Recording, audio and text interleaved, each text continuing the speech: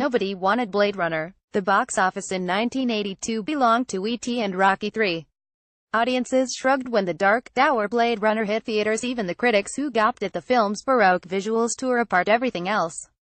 Science fiction devotees may find Blade Runner a wonderfully meticulous movie and marvel at the comprehensiveness of its vision, Janet Maslin wrote in the New York Times, before pointing out it was a film that special effects could have easily run away with, and run away with it they have, and sniping at director Ridley Scott for expecting over-decoration to carry a film that has neither strong characters nor a strong story.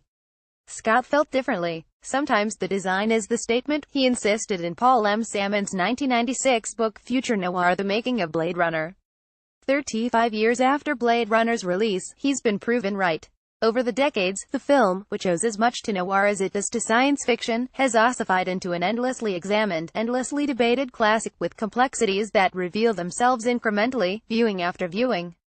It's the kind of film whose hero, Deckard Harrison Ford, is so morally corrupt that he might, in fact, be the villain, and the sort of film whose villain, Roy Batty Rutger Hauer, is so full-hearted and humane that he might, in fact, be the hero. Technology isn't a villain, said visual futurist Sid Mead, one of Blade Runner's concept artists, in a 1982 interview with Starlog. Even in our movie, the robot replicants are actually people.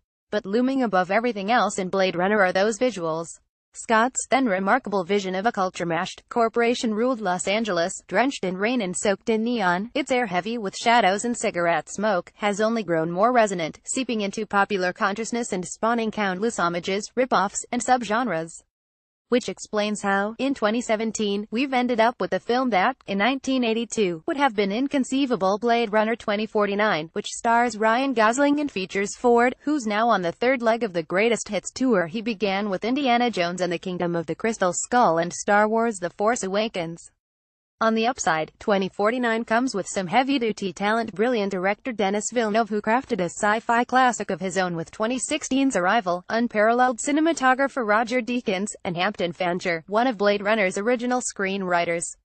On the downside, 2049 also features Jared Leto, who is a bad actor who should not be allowed to act. Villeneuve has his work cut out for him. 2049 not only has to stay true to Scott's circa 1982 concept of the future, but also has to deliver a future that feels plausible in 2017.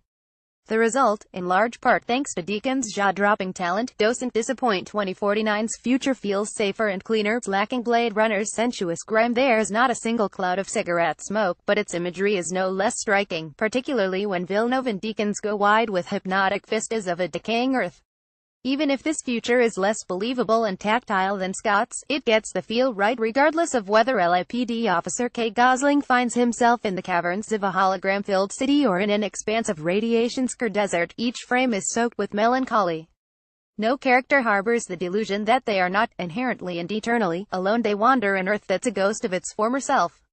Less effective is the plot, which this time around, there's just a lot more of. As Kay digs into a surreal mystery, characters come and go, usually bloodily. When it comes to the going, secrets are uncovered and covered back up, and 2049 finds itself in the strange position of dredging up the scant plot of the original Blade Runner. While that film, loosely inspired by the 1968 novel Do Androids Dream of Electric Sheep, written by the amphetamine-fueled Philip K. Dick, had just enough plot to move around its characters, 2049 relies far more on narrative. Sometimes this pays off. Sometimes it makes 2049 feel like a film that plotting could have easily run away with, and run away with it has. The worst parts of 2049 are those that lean hardest on Blade Runner, but thankfully, Villeneuve Co. are mostly content to build and expand rather than revisit and rehash. 2049's most memorable chunks are the things theater knew this time around, like Kay's complicated relationships with his kind, sad-eyed girlfriend, Joanna de Armas, and his steely, curt boss, Joshi Robin Wright. There are moments of strange and genuine creepiness. There are jarring sights that, without a single word, evoke hundreds of years of history. There's a desolate ache that makes the future seem both beautiful and horrible. At its best, 2049 finds Kay moving through a dreamlike, hail-familiar dystopia, asking a few old-school Blade Runner questions about the nature of identity, and adding many more of his own. There could have been more. Even at 2.5 hours, and even after the end credits, the darkly gorgeous future of 2049 beckons, an eerie, dangerous mix of future and past, something that's part 2017, part 1982, all 2049.